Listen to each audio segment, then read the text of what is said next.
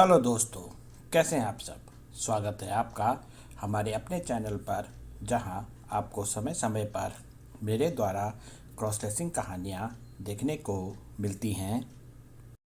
हमारी आज की कहानी का शीर्षक है क्रॉस ड्रेसर की पीड़ा। कहानी को पूरा देखा कीजिए दोस्तों। आज की हमारी कहानी दो भागों में है, जिनका समय इस प्रकार है। कहानी का पहला भाग 2:30 पर और कहानी का दूसरा भाग 2:45 पर।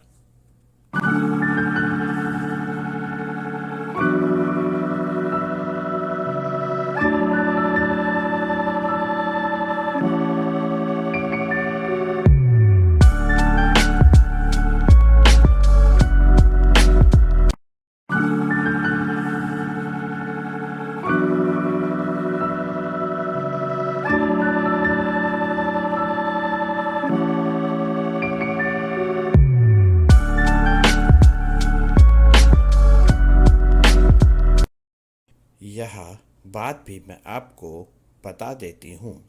रात का समय और मुझे ऐसा लगा था कि मेरे घर पर सब सो चुके हैं। अपनी क्रॉस ड्रेसिंग चाहत को पूरी करने के इरादे से ही मैं दिन के समय में अपनी दीदी के कमरे से दीदी की चूड़ियाँ और पावों की पायलियाँ अपने कमरे में लेकर आ गई थी। मेरे हिसाब से तो घर में सब सो चुके थे, इसलिए मैंने चूड़ियाँ और पायलियाँ अपने हाथों और पैरों में पहन लिए और मस्ती में अपनी चूड़ियाँ खनखनाने लगी।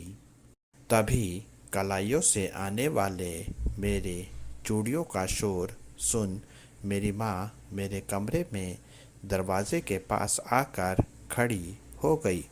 मेरे लिए अपनी हाथों की कलाइयों में और अपने पाँवों में अपनी चूड़ियों की और पायलियों की मधुर आवाज़ सुनना बहुत ही सुखद लग रहा था। वहीं मेरी माँ मेरे कमरों से आती हुई इन आवाज़ों से सजग हो गई थी। मम्मी ने मेरे कमरे का दरवाज़ा खटखटाया और डर के मारे मेरे माथे पर पसीना आ गया। मम्मी ने मुझे दरवाज़ा खोलने को कहा।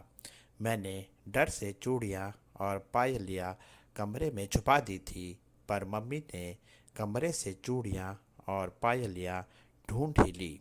एक बार फिर मैं अपनी क्रॉस ड्रेसिंग में पकड़ी गई। मम्मी की नज़र में यह मेरी इस प्रकार की दूसरी गलती थी। एक बार फिर मम्मी ने अपने सवालों की लड़ी मेरे ऊपर डाल दी। इस बार भी मम्मी के पूछे हुए सवालों का मेरे पास कोई जवाब नहीं था। मेरे लड़के से लड़की बनने के शौक़ का कारण मेरी मम्मी नहीं समझ पा रही थी और ना ही अपने मन की चाहत मैं किसी को बता सकती थी। मम्मी ने मुझे बहुत कुछ सुनाया और आगे से मुझे ऐसा कुछ भी ना करने की चेतावनी दे डाली। मेरी मम्मी मुझे मेरी क्रॉस ड्रेसिंग ज़िंदगी से पूरी तरह से दूर कर देना चाहती थी। अपनी क्रॉस ड्रेसिंग चाहत पूरी ना हो पाने के कारण अब मैं बहुत ही उदास रहने लगी थी। मैं मम्मी की दी हुई चेतावनी से पूरी तरह से डर गई थी। क्रॉस ड्रेसिंग न कर पाने की उदासी के कारण मेरा पढ़ाई में भी मन नहीं लग पा रहा था, जिसका नतीजा यह हुआ कि अपनी परीक्षा में सफल नहीं हो पाई और इसके परिणाम स्वरूप मुझे स्कूल से निकाल दिया गया।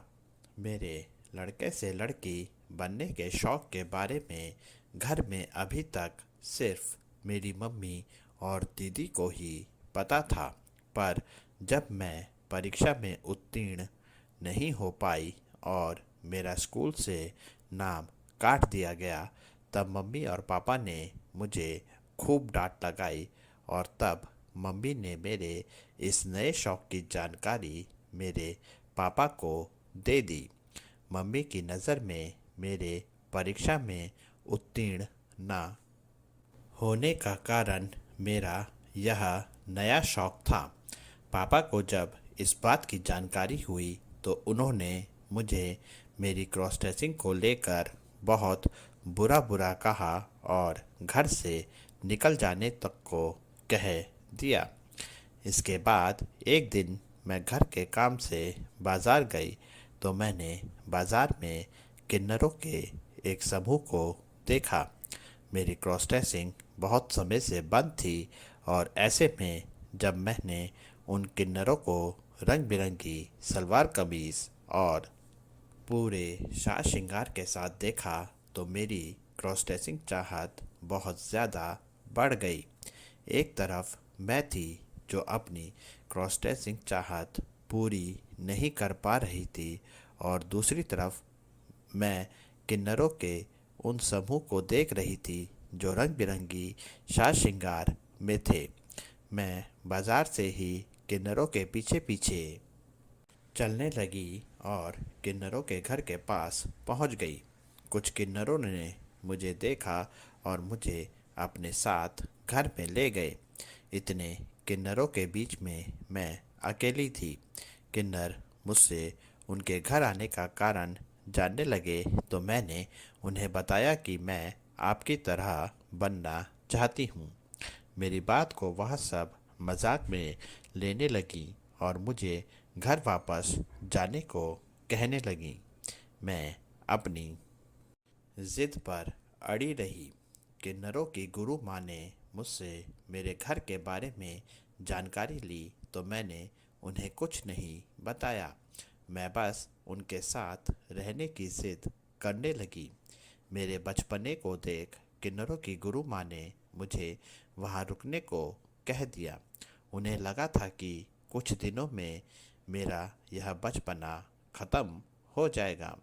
मैंने सबसे पहले अपनी क्रॉस ड्रेसिंग चाहत को पूरा किया और किन्नरों के साथ मिलकर अपना पूरा साज श्रृंगार किया।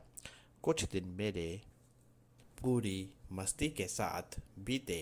यहाँ मुझे मेरी क्रॉस ड्रेसिंग को लेकर रोकने टोकने वाला कोई नहीं था। अपने घर पर मुझे चोरी छिपे क्रॉस ड्रेसिंग करनी पड़ती थी, पर यहाँ मेरे साथ क्रॉस ड्रेसिंग करने वाले और लोग भी थे। अपनी क्रॉस ड्रेसिंग की चाहत में मुझे अपने परिवार का भी ख्याल नहीं आ रहा था।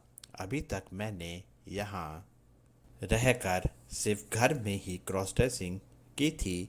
तब एक दिन मैं किन्नरों के समूह के साथ अपने क्रॉस ड्रेसिंग रूप में पूरे साज श्रृंगार के साथ बाहर गई और इत्तेफाक से मेरी माँ ने मुझे किन्नरों के उस समूह के साथ देख लिया। मेरे गम में मेरी माँ का बुरा हाल हो रखा था। मेरी मम्मी मुझे देखते ही मेरे गले से लग गई और ज़ोर ज़ोर से रोने लगी। माँ की आंखें भीड़ में भी अपनी संतान को पहचान ही लेती है। मुझे मेरे क्रॉस ड्रेसिंग रूप में भी माँ ने पहचान लिया। मेरे साथ किन्नरों का जो समूह था उन्होंने मुझे मेरी माँ के हवाले कर दिया।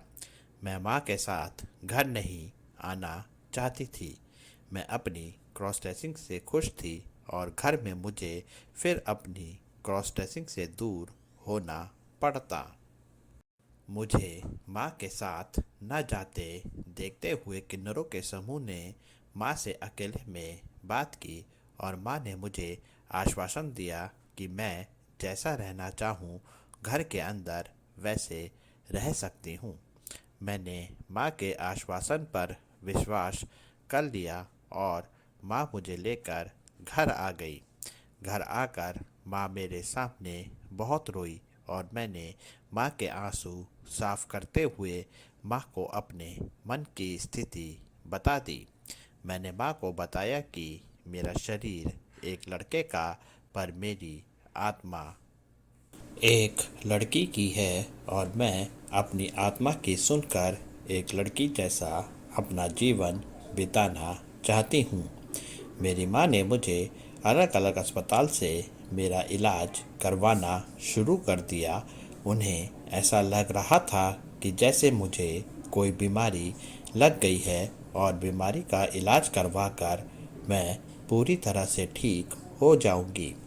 माँ अपनी कंधे पर लगी रहती है और मैं अपनी क्रॉस ड्रेसिंग में मुझे पूरा यकीन है एक दिन माँ मेरी स्थिति को ज़रूर समझ जाएगी और मुझे मेरे क्रॉस ड्रेसिंग रूप के साथ स्वीकार कर लेंगी। और जब भी ऐसा होगा तो मैं आपको अपनी उस खुशी में ज़रूर शामिल करूँगी।